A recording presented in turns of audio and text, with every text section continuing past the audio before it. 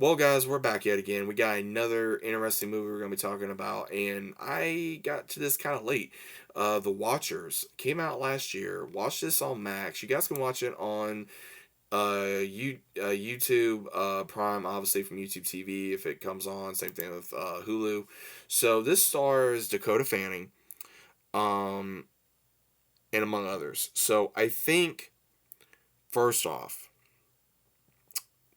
going into this film was really interesting because you have Dakota Fanning's character, Mina, who is a artist that works for a pet shop. Her boss tells her, "Hey, this one is wanting to buy this bird."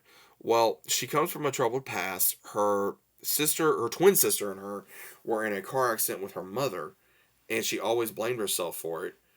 And she's in Ireland and she gets directions to go to this unknown abandoned untouched forest, and she gets lost and she starts getting hunted by these unknown entities, and she comes across different characters by the name of Madeline, uh, Sierra, and Daniel, and among others who are appeasing these unknown entities called the Watchers because they have to be in this building that has a mirror and they're able to watch them, and they have to be shown, but you can't go out after dark. You have to keep the door locked. You can't go in a burrow because that's where they are because they're underground, and then you have other rules you have to follow, and they're having to trust one another for food, shelter, and to keep each other sane. Now, again, it gets worse within the movie of having to survive because they're all like, okay, this person's been here this longer. This person's been here this long,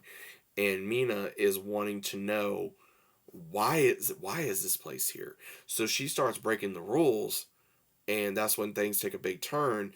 And Madeline, who is the older lady of the group and kind of the leader of the group, she has been there for a very long time. She sought out these creatures, and when things get really bad to where one of their own kind of betrays them to leave them outside and the Watchers find out, they find an underground bunker in this that room, and they go down and they realize that it was a professor in Ireland who was obsessed with fae slash fairies, where apparently they they had wings, they had issues with humanity. They were either some were friends with humans, others helped humans, others mated with humans. That we found out later on in the movie, and they were trying to figure out exactly what what was the purpose of this. And the one that was the professor, he was so obsessed. He was so obsessed with trying to find these creatures to show that they exist and to be able to prove they exist. And it cost him his life because he was there for so long, he started going mad. And he told them, if you need to leave, or if you're trying to leave, and if you see this, there's a way to get out. So they go to a certain area to leave. They get to the water.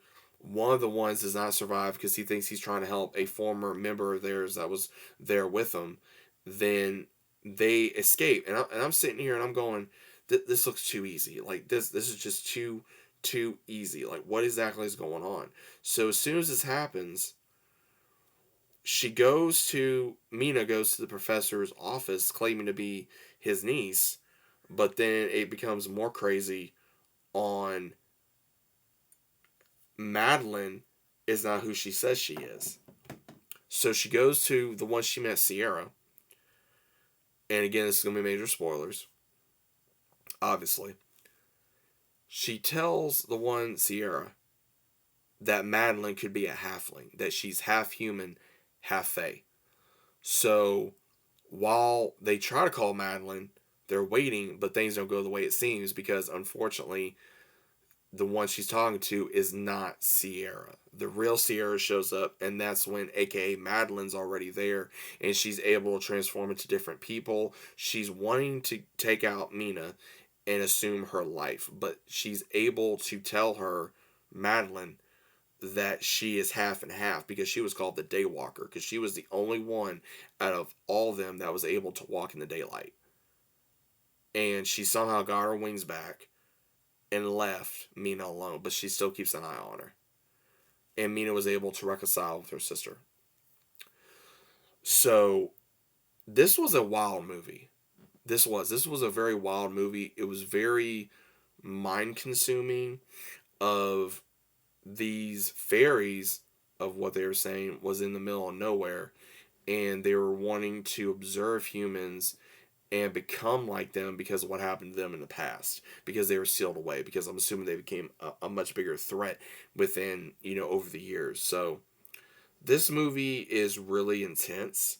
I give Dakota Fanning credit with the way she was able to portray in this movie, but it's still a wild ride. I mean, it's something you definitely got to pay attention to. It's not something that you can just put on the background and listen to. No, you have to watch it. You have to watch every single line and frame in this film so you can try to understand it. So that is the way I describe this film. What I recommend this film, I would, depending on who it is. Like, if you're a horror movie fan, then I would say give this movie a try. If you like drama, I would say give this movie a try. If you don't like movies where you got to figure it out, or you get a little bit surprised at the end, then you will definitely get surprised. But I recommend this film. I definitely say give it a shot. If it's for you, it's for you. If it's not, that's fine.